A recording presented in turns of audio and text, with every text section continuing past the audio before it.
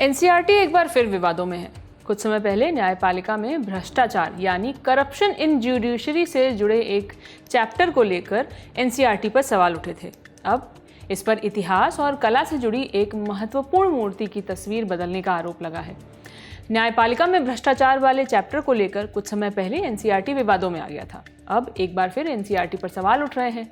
इस बार विवाद हिस्ट्री और आर्ट से जुड़ा है।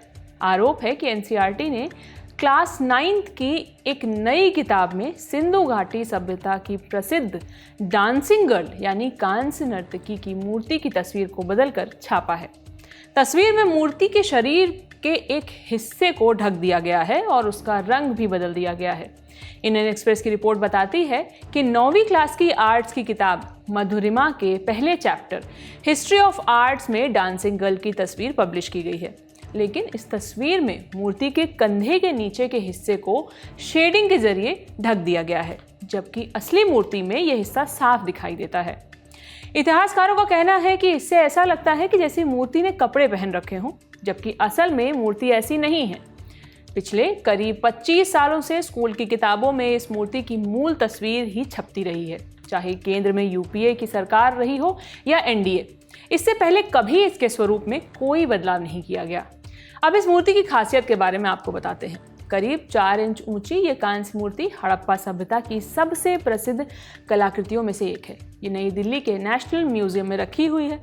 मूर्ति में एक युवती को आत्मविश्वास से खड़े हुए दिखाया गया है। इसके बाल जूड़े में बंधे हैं और हाथों में कई चूड़ियां और गले में हार हैं।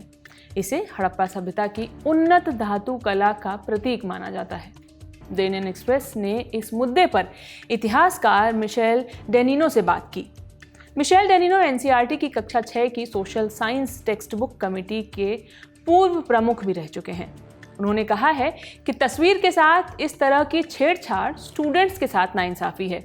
उनके मुताबिक पूरी मूर्ति के धड़ को ढकना एक तरह की सेंसरशिप है। उन्होंने सवाल उठाया है कि अगर बच्चों को किताब में ये मूर्ति नहीं दिखाई जा सकती तो क्या उन्हें नेशनल म्यूजियम जाने से भी रोक दिया जाएगा, जहां ऐसी कई मूर्तियां मौजूद हैं।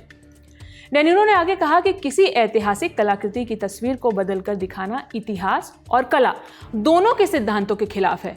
इससे ऐसी तस्वीर बन जाती है जिसका असली कलाकृति से कोई मेल नहीं होता। उन्होंने ये भी बताया है कि जब क्लास 6 की किताब तैयार की जा रही थी तब भी कुछ लोगों ने इस मूर्ति के नग्न स्वरूप पर आपत्ति जताई थी, लेकिन उस समय विरोध के बाद मूर्ति को हटाया नहीं गया। उसकी तस्वीर सिर्फ छोटे साइज में पब्लिश कर दी गई। इस विवाद पर एनसीईआरटी ने भी पक्ष रखा है। अब उस पर बात करते हैं। जब इस विवाद को लेकर एनसीईआरटी के निदेशक दिनेश प्रसाद सकलानी से सवाल किया गया तो उन्होंने आरोपों को खारिज कर दिया। उन्होंने कहा कि तस्वीर में बदलाव के पीछे कोई खास वजह नहीं है। उनका कहना है कि क्लास 6 की किताब में भी डांसिंग गर्ल की तस्वीर बाकी हड़प्पाकालीन खोजों की तरह ही प्रकाशित की गई है। दरअसल ये किताब एनसीईआरटी की नई आर्ट्स एजुकेशन सीरीज का हिस्सा है। इसमें न्यू एजुकेशन पॉलिसी यानी एनईपी और नेशनल करिकुलम फ्रेमवर्क यानी एनसीएफ के तहत तैयार किया गया है।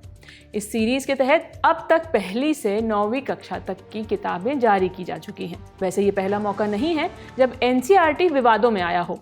इस साल फरवरी में सुप्रीम कोर्ट ने 8वीं कक्षा की सोशल साइंस की एक किताब में जुडिशरी पर लिखे गए कंटेंट को लेकर कड़ी नाराजगी जताई थी।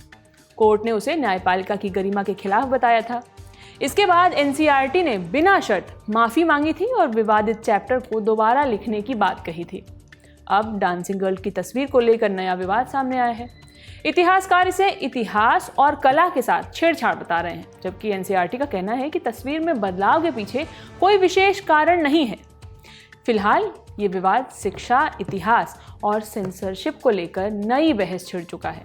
आप इस पूरे विवाद को कैसे देखते हैं, हमें कमेंट सेक्शन में ज़रूर बताएं। खबर लिखी है मेरी साथी सुप्रिया ने। मैं हूं शिवानी। बने रहिए हमारे साथ। शुक्रिया।